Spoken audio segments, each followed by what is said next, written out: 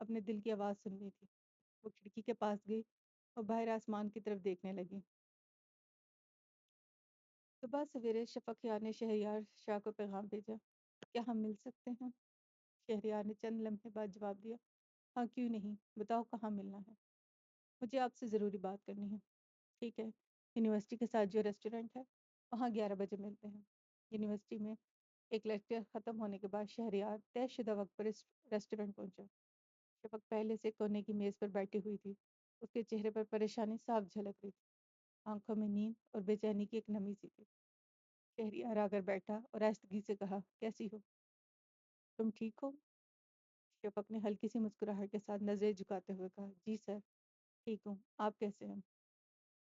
تم پریشان لگ رہی ہو، کیا سب ٹھیک ہے؟ شفق نے اپنے ہاتھوں کی انگلی آپس میں الجھائیں جیسے الفاظ چن رہی ہو، پھر آہستہ سے بولی، بابا میری شادی کرانا چاہتے ہیں۔ کس سے؟ شہریار کو اپنی آواز کسی کھائی سے آتی سنائی دی۔ ارتضیٰ بھائی سے۔ ماما اور بابا کہتے ہیں کہ بھائی میرے لیے پرفیکٹ میچ ہے، بچپن سے جانتے ہیں، خیال رکھتے ہیں، اور اب وہ خود بھی رشتہ لے کر آئے ہیں۔ شہریار نے نظریں نیچی جھکائی جیسے زمین پر کوئی جواب ڈھونڈ رہا ہو۔ تو تم کیا چاہتے ہو شفق؟ میں نے آہستہ شفق نے آہستہ سے آنکھیں اٹھائی اور جواب دیا، میں صرف آپ کو چاہتی ہوں۔ کمرے کی فضا جیسے لمحے بھر کو ساکت ہو گئی۔ شہریار نے دھیرے سے سر اٹھایا، میری بات سنو شفق، تم ٹینشن مت لو، میں آج ماما بابا سے بات کروں گا، وہ جلد از جلد تمہارے گھر آئیں گے۔ شہریار جیسے ہی گھر میں داخل ہوا، مسرت بیگم کو آواز لگائی، امی، امی کہاں ہیں آپ؟ مسرت بیگم کچن سے فوراً نکلی۔ ہاں بچے، کیا ہوا؟ آپ لوگ کب شفق کے گھر جائیں گے؟ بابا نے کہا تھا کہ آپ جیسے ہی لاہور سے آئیں گے آپ لوگ جائیں گے، لیکن آج تو کافی دن ہو گئے ہیں آپ آئے ہیں۔ اگر آپ نہیں جانا چاہتے تو مجھے بتا دیں، میں خود ہی چلا جاؤں گا۔ مسرت بیگم کچھ کہنے ہی والی تھی کہ پرویز شاہ غصے سے بولے، یہ کس انداز میں بات کر رہے ہو شہریار؟ تو اپنی ماں سے اس طرح بات کرتے ہو؟ مسرت بیگم نے فوراً بیچ بچاؤ کرتے ہوئے کہا، پرویز صاحب بچہ ہے، سمجھ جائے گا، آپ غصہ نہ کریں۔ تم چپ رہو، تمہاری وجہ سے اس کو اتنی چھوٹ ملی ہے کہ آج یہ تم سے بدتمیزی کر رہا ہے۔ شہریار نے گہری سانس لیتے ہوئے کہا، بابا میں معذرت خواہ ہوں، اگر آپ دونوں کو لگتا ہے کہ میں بدتمیزی کر رہا ہوں، لیکن اس کے لہجے میں ایک عجیب سنگینی تھی۔ آپ بتائیں، آپ لوگ کب جائیں گے شفق کے گھر رشتہ لینے؟ پرویز شاہ نے دو ٹوک انداز میں جواب دیا، ہم نہیں جا رہے۔ یہ سن کر شہریار کے چہرے پر غصہ اور دکھ کا ملا جلا تاثر ابھرا۔ وہ ایک لمحے کے لیے خاموش ہو گیا، پھر اس نے گہری سانس لے کر کہا، ٹھیک ہے بابا، اگر آپ اس عمر میں ایک اور جوان اولاد کے جنازے کو کندھا دینا چاہتے ہیں تو مجھے کوئی اعتراض نہیں۔ پرویز شاہ کے چہرے پر ایک لمحے کے لیے حیرت چھا گئی۔ انہوں نے اپنے غصے کو قابو میں رکھتے ہوئے کہا، کیا بکواس کر رہے ہو؟ شہریار نے سنجیدگی سے آگے بڑھتے ہوئے کہا، آپ آج ہی شفق کے گھر جائیں گے، اور اگر نہ گئے تو کل اس وقت میرا جنازہ اٹھانے کے لیے تیار ہو جائیے، بالکل اسی طرح جیسے میری بہن مہجبین شاہ کا اٹھایا تھا۔ یہ سنتے ہی پرویز شاہ کا چہرہ غصے سے سرخ ہو گیا۔ انہوں نے چلا کر کہا، شہریار شاہ، یہ تم کیا کر رہے ہو؟ شہریار نے بغیر کسی خوف کے جواب دیا، بابا، میری بہن نے اپنی جان آپ کی وجہ سے دے دی تھی، یاد ہے نا آپ کو؟ امید ہے آپ بھولے نہیں ہوں گے۔ پرویز شاہ کا غصہ شدت اختیار کر گیا۔ شہریار، تم ہوش میں ہو؟ یہ کیسی باتیں کر رہے ہو؟ شہریار کا چہرہ سپاٹ تھا، ہاں بابا، میں پوری طرح ہوش میں ہوں۔ آپ نے ہی تو کہا تھا مہجبین کو نہیں سمجھ نہیں آ رہی تھی، وہ جذباتی ہو رہی تھی، لیکن بابا وہ اپنی محبت کا اظہار کر رہی تھی اور آپ نے اسے نظر انداز کر دیا۔ مسرت بیگم کی آنکھوں میں آنسو آ گئے، وہ کچھ کہنا چاہتی تھی لیکن شہریار کی باتوں نے ان کی زبان بند کر دی تھی۔ انہوں نے پرویز شاہ کی طرف دیکھا جسے کوئی جواب مانگ رہی ہوں۔ پرویز شاہ کا چہرہ تن گیا۔ مہجبین کا معاملہ مختلف تھا، تمہاری بات اس سے نہیں ملتی۔ شہریار نے ایک قدم آگے بڑھ کر پرویز شاہ کی آنکھوں میں آنکھیں ڈال کر کہا، نہیں بابا، بات بالکل وہی ہے، آپ کی انا، آپ کا غصہ اور آپ کی ضد، یہ سب وہی ہے۔ اگر آج آپ شفق کے لیے نہ گئے تو میری کہانی بھی ویسی ہی ہوگی جیسے مہجبین کی تھی۔ پرویز شاہ بالکل ایک پل کے لیے خاموش ہو گئے، جیسے ان کی سانسیں رک گئی ہوں۔ مہجبین، پرویز شاہ نے زیر لب بولا اور ماضی کی تلخیاں تیزی سے ذہن میں چلنے لگیں۔ مہجبین وہ ہستی مسکراتی زندگی سے بھرپور لڑکی جس کی آنکھوں میں خواب تھے، اور وہ خواب اس لمحے چکنا چور ہو گئے جب اس کی زندگی میں محبت نے قدم رکھا، اور پرویز شاہ کی ضد اور انا کے سامنے کمزور پڑ گئی۔ جب اسے آریان سے محبت ہوئی، ایک ایسی محبت جسے پرویز شاہ نے اپنی عزت، انا اور ضد کی وجہ سے کبھی قبول نہیں کیا۔ بابا، میں آریان کو چاہتی ہوں، وہ میری زندگی ہے، میں اس کے بغیر نہیں رہ سکتی۔ اور پرویز شاہ کا ہاتھ بے اختیار مہجبین پر پڑ اٹھ گیا۔ وہ لمحہ آج بھی ان کے دل میں چھپا زخم بن کر سانس لیتا ہے۔